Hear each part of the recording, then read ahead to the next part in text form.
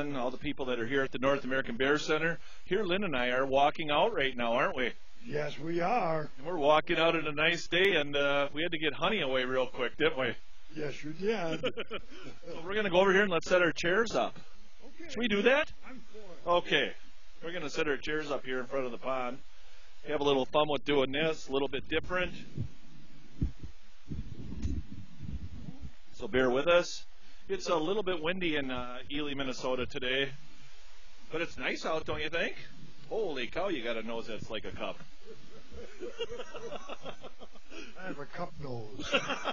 What? It's Dr. Lynn Rogers, and he's got a cup nose. Usually in that cup he's got little personal information about 70% cream and 30% coffee. Oh, don't tell him that. Don't tell him that. He's trying to watch his diet. That's why he does that. He's cut it down. It used to be 80-20.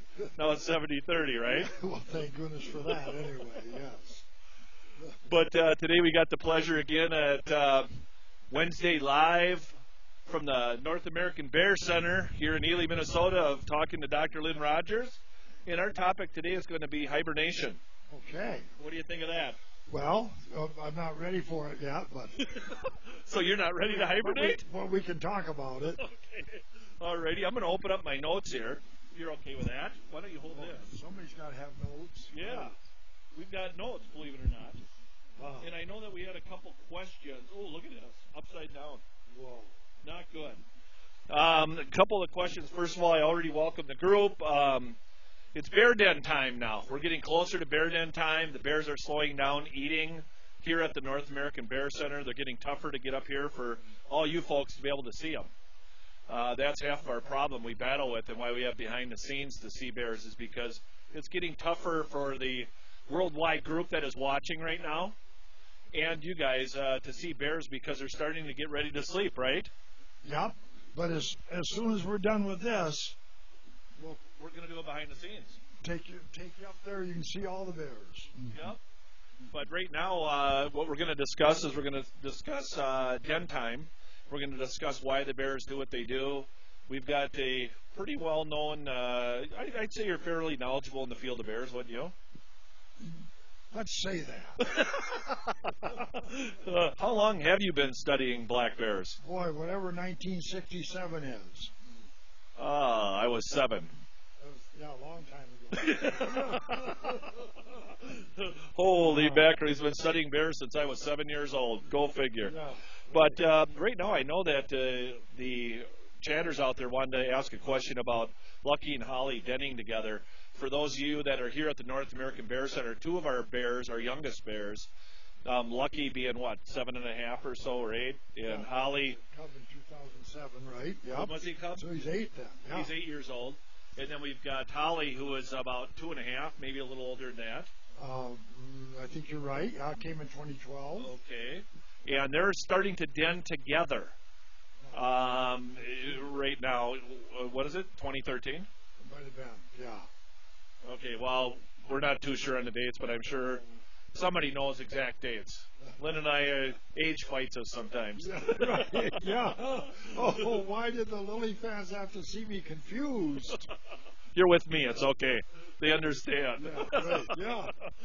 But I know that Holly had started digging a den here, another one this year. Yes. And then she abandoned that den to go spend time with her bear friend, Lucky. Yeah. Could you kind of talk about that? Well, I mean, they're tight. Yeah. They want to be together. When Holly was in her den where she was digging, Lucky came in to visit her, and then he spirited her away. Okay. Is that something that you normally would see in the wild? No, not denning together, but there's a couple bears that in the neighborhood, in the community, have been seen together so much. I just wondered if they were going to den together. And Chris is right up there. She knows those bears. And have you seen any bears at your place the last couple nights? Oh, okay. Oh, okay. And the two are still coming, still together. I wish we could get a radio collar on them and see what happens. But I mean, as far as you going out looking in dens and stuff like that, does a mother with her year-old cubs usually den together? Does a mother with 2-year-old cubs den together? Oh, yeah. Do they do that? Okay. Well, yes. I mean, the cubs stay with the mother for almost a year and a half. And so that first winter, when they're going to turn yearlings, they are together. They are together. Yes. Okay. Now, do you think that Holly's thinking that she's still a yearling and she's staying with Ted? You mean with Lucky? I mean with Lucky. Thank you. Wow. Yeah, you can't be confused at your age. So, no, I mean, you see stuff, but then you got to think around everything about a bell-shaped curve, and there's going to be some out in a tail. Okay. And you get a big enough sample size, you can see almost anything. And I know that out in the wild, things are fairly the same as they are here because we want to keep them wild. Yeah. We want to do as much as we can to imitate the wild. Food source right now out in the wild, how is it? Well, there's very little fall food in this part of the country. Maybe they're getting some hornet nests yet. Maybe they're eating some alder leaves and stuff, but there's not a lot of nutrition in that because everything's tied up in the cell walls of cellulose. And so... How about hazelnuts? Are they still available or are they gone? There could be, but by this time of year, the ones that are left usually have worms in them, and the bears wouldn't eat them. So it's a pretty sparse time. And but a lot of the bears are in dens by now. The pregnant females, not all. They're checking on Ember right now. Okay, and Ember is one of the wild bears out there? Yes, yes, yeah. All right. Yep, a 2-year-old that could very well have cubs this winter. Okay, so does food in the woods trigger their hibernation time? Well, in an ultimate sense, but not in a proximal sense, as they say. I mean that it's evolved. They're genetically programmed to the different regions of the country, and they behave way different here than they do like in the eastern deciduous forest, where there's fall foods. The bears don't den up until late November or December, and when there is food that they can get all winter, they're flexible enough there to be open to getting it. Okay. But around here, no matter how much food a person provides or whatever, they go hibernate at the usual time. Now, when you talk about hibernation, I know a question on everybody's mind is hibernation is where they go into a deep sleep and they do not wake up. They just lay there and don't move for the next 4 or 5 months or whatever it may be. Is that true? Well, it used to be that they defined hibernation in terms of temperature drop, body temperature drop. Okay. And they get down close to freezing and then they warm up periodically. But then it became that they would define it more broadly as a drop in metabolic rate. Okay. And then bears have a drop in metabolic rate, but I think that depends on how skinny they are, how much it drops. Because I've seen bears after a bad food year, you could shovel the snow away from the den entrance, you could crawl in, you could lay your head on the bear's chest without it waking up, but the bears that we've watched on the den cams that are better fed, we would never see a situation like that. So, just so I understand this correctly, so you crawl into the den and you lay your head on the bear? Yes, yeah. I'm glad you do that. I don't know what made you do that. You don't know what made you do that? I think it starts with an S. but I ain't going to say what it is. Yeah. T. I was afraid it was a T. But as we talk about this further, do they come out of their dens in the wintertime when they're denned up? Not around here. That would be very rare, yes. Once they're in and settled down, I mean, there's a period of being in and out of the den as they're raking bedding into it. Okay. But then they settle in and there's no reason to get up. If it's a warm period, they know there's no food there. In this part of the country, they're not genetically programmed for that, so they just keep going, keep hibernating. I'm going to ask you a question and try and keep it clean and politically correct. Or should I just say clean, not politically correct. But what do they do about going to the bathroom? Okay, I'll say that right out loud. Open. Oh, no. And actually, I was just writing a script for the talk that I got to give in Winnipeg on Monday. Okay. And I didn't know what to call that. I called it potty time. I hope that wasn't too non-scientific. Okay. But, in dens, bears a year old or older, they get up politely and go off into a corner, back into the corner, or back out to the entrance and do it there. Really? Yes. I didn't know that. Yep. I thought they just held it that long. No. I mean, well, the usual thing you hear is that they can go many months without urinating, without eating, drinking, urinating, or defecating. But then we did the den cams. Yeah. And we saw different. Okay. So, and I mean, where they're supposedly not drinking, well, they come close to that with eating snow, eating icicles, licking water off the coats of the cubs if there's melting and it drops on the cubs. So, and then they urinate. Okay. Yep, they defecate. There's no real food intake in the den, but they do,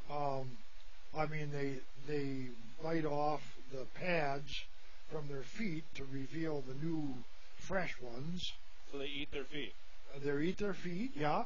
That's all to say. That's quite a feat, you could say. Oh, he's starting to get humorous. Oh, boy, I'm copying you. And I just got to ask you, feet eating, I mean, that's the bottom of their pad. Yeah. Explain that so that the crowd here knows, too. Oh, okay. Through the summer, the tender pad that they start with in the spring gets thicker, harder, calloused, and then they get in the den, and starting about in January, they start working on that pad because they're more active than a person would think in the den. So they're working on that pad with their claws and their teeth, trying to just tear it off, and then there's the fresh new one, and that's kind of tender at first. If they're walking on crusted snow, it can bleed. Ouch. So they're careful at first. Okay. But but even though there's no food that they're eating really, they do continue to make feces. Okay. So they do defecate. It's kind of a hard, what people have long called it a fecal plug. What it is dead cells that slough off from the interior of the digestive tract. They build up in the large intestine, and a function of the large intestine is to take water out of things, and so it becomes pretty darn dry in there after a while.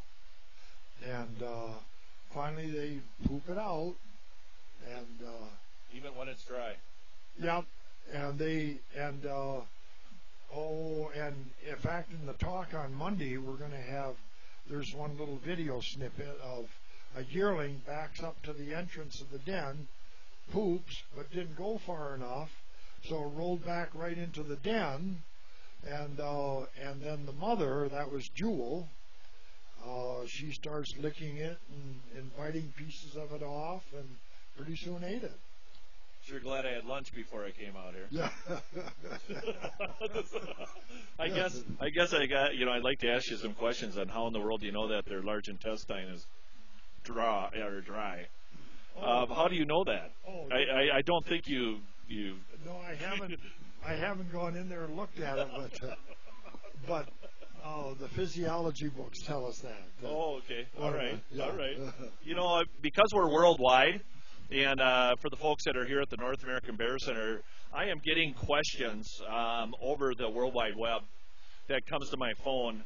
And one of the questions that we've got right now is, can I ask Dr. Rogers if all cubs are born in January or February, regardless of the region of the country that they're in? Are they all born in January or February? I pretty much. But some of the early literature before in my studies around here, everything has been in January. Everything that we've been able to nail down has been January. Sometimes getting towards the end of January. Okay. But I've read other stuff where they think some births have been in late December, and the early stuff from captive literature is that there are some in February. Oh, really? Okay. So it's the same old thing, like I always say, a bell-shaped curve, and some of the tails can stretch out a ways. Okay. Well, that makes sense. So not everything's exact. No, you're saying. No. There's some range I can have. While we've been watching them on the den cams, Yep. The 5 litters that were born there were all between January 7 and 22. Okay. Yeah, and how many cubs do they normally have? 3 is the most common around here, at least for subsequent litters. First litter is more often 2. Okay. Occasionally 1. But litters of 4 are about as frequent as litters of 1. What's the biggest litter you've ever seen or heard of? Heard of 6. Wow. In Minnesota, 5. And around here has been a bunch of litters of 4. Okay. All righty. Well, if there's any questions, does anybody have any questions in the crowd up here or people? If you've got anything, let me know. I'm going to look down here. I just got another beep. I got one of our moderators out there sending me a question right now, and it says, let's see here. In this dry year with poor food out west, and bear reports on the rise, have any places adopted feeding bears away from trouble? Boy, I'm not sure. I mean, I've seen discussions promoting that. Okay. But I don't know if anybody's actually has done it. The idea of never feed a bear is so entrenched that people are afraid that you'll raise bears' numbers by feeding them when times are tough, and it's something that people are reluctant to do. So a question I've got then is why, when we have a tough winter here in Minnesota, does the DNR or whoever it may be out there, recommend that we, or say it's okay that we feed deer to protect them and keep that population up, but if we have a poor year in food for bear or birds or whatever it may be, it's frowned upon, kind of. Why is that? You go right to the heart of the matter. It's different attitudes towards different animals. And with bears, there is a fear, but I'll come back to this, that if they get human food, they're going to look for human food. But what we see from the areas we've been studying, actual data, is that they prefer the wild food. And I always say it's hard to keep a bear from being a bear.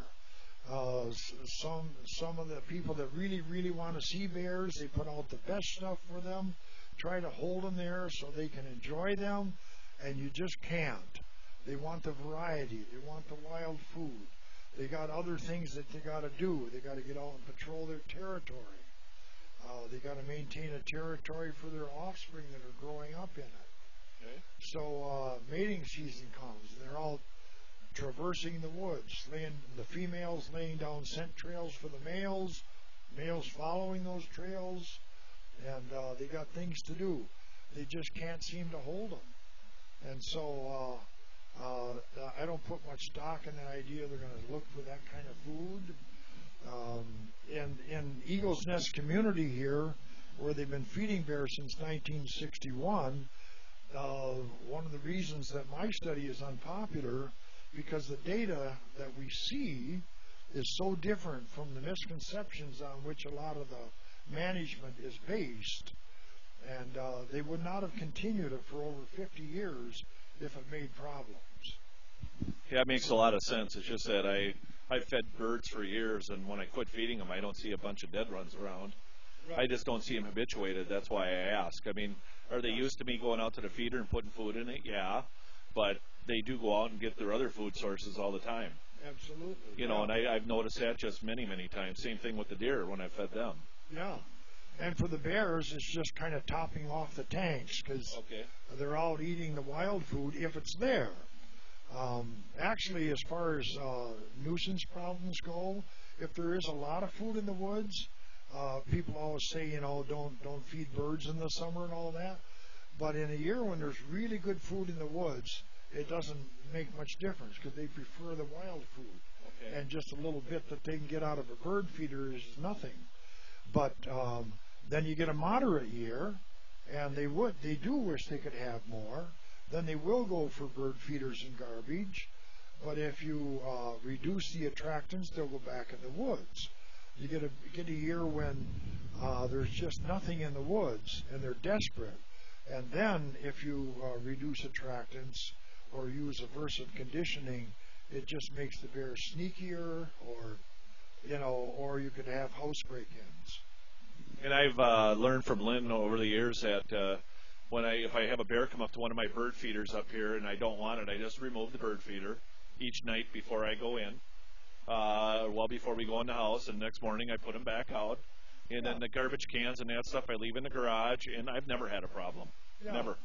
And in the years when food is scarce and people see bears in the daytime, and they think of that as bold and aggressive, not really. They're mainly active in the daytime. Yeah. And when they're more aggressive, I mean not aggressive, but desperate, hungry, then they'll go a little farther and be seen in the daytime. But it's not that they're any more dangerous than any other bear. No, not at all. One of the last questions I've got is, okay, they've been in hibernation for 4 or 5 months, let's say, whatever time it may be, and they come out. And when they first come out, I've noticed here at the North American Bear Center, they are hungry. They're hungry? They're hungry. Yeah. Well, yeah. On the other hand, their stomachs are all shrunk up. Yep. So they don't eat a lot at first. No. But yeah. And you try to feed a bear something in the winter, in the middle of the winter when their stomachs are shrunk up. Some bears will take it. Some bears reject their favorite foods. They don't want to. They just don't feel like it. So but that's around here. You get like in the state of Maryland. I know somebody that was feeding bears there. With the food available, they just kept coming all winter. You never see that here. Yeah, it's amazing, and that's one of the things I meant to bring up is they may be hungry, but they don't eat a lot. Yeah. They don't eat a lot. Ah. And you'd think that after sitting all winter long and not eating that they come out and they just fill themselves, but they really don't eat a lot. No. Actually, there's a period of adjustment. They call it walking hibernation. They come out for a while in the spring and they're kind of lethargic. And then when there is a natural food source comes up, that's when they're programmed to really become active. Around here, it's in early May. You get green up. You get all the leaves coming up out of the forest floor. And in that early stage, the nutrients are still in a fluid form, very digestible. And so they're just chowing on that for a while. And that's when they become very active and very hungry. Okay. Just to ask one more time, is there any question that anybody got up here that you'd like Dr. Rogers me to ask him? Is there anything? Any questions? Okay. Well, we got a crowd that's just up there smiling. That's good. And we just want to thank everybody for watching the NABC live on Wednesdays. That's important to us. And I just want to remind everybody that coming up November 12th is a big day for the North American Bear Center. It's called Give Min. It's the Give Minnesota fundraiser, and it's Give to the Max Day on November 12th. That extremely helps the North American Bear Center, and it's a nonprofit, fully a nonprofit place here. The only thing we survive on is donations, and we survive on the people out there as far as volunteers helping us out, and you guys coming to the North American Bear Center. We thank you for coming here. We thank you for watching the show. Any closing comments? Boy, I can't think of any except to say thank you for all the things you just mentioned. We got a great volunteer group out there, and we're always open to having more volunteers. If anybody in the crowd that's here at the North American Bear Center would like to be a volunteer, we invite that and love it. Again, we thank everybody out there, and thank you, and have a great day. Thanks for being here at the North American Bear Center. Bye now.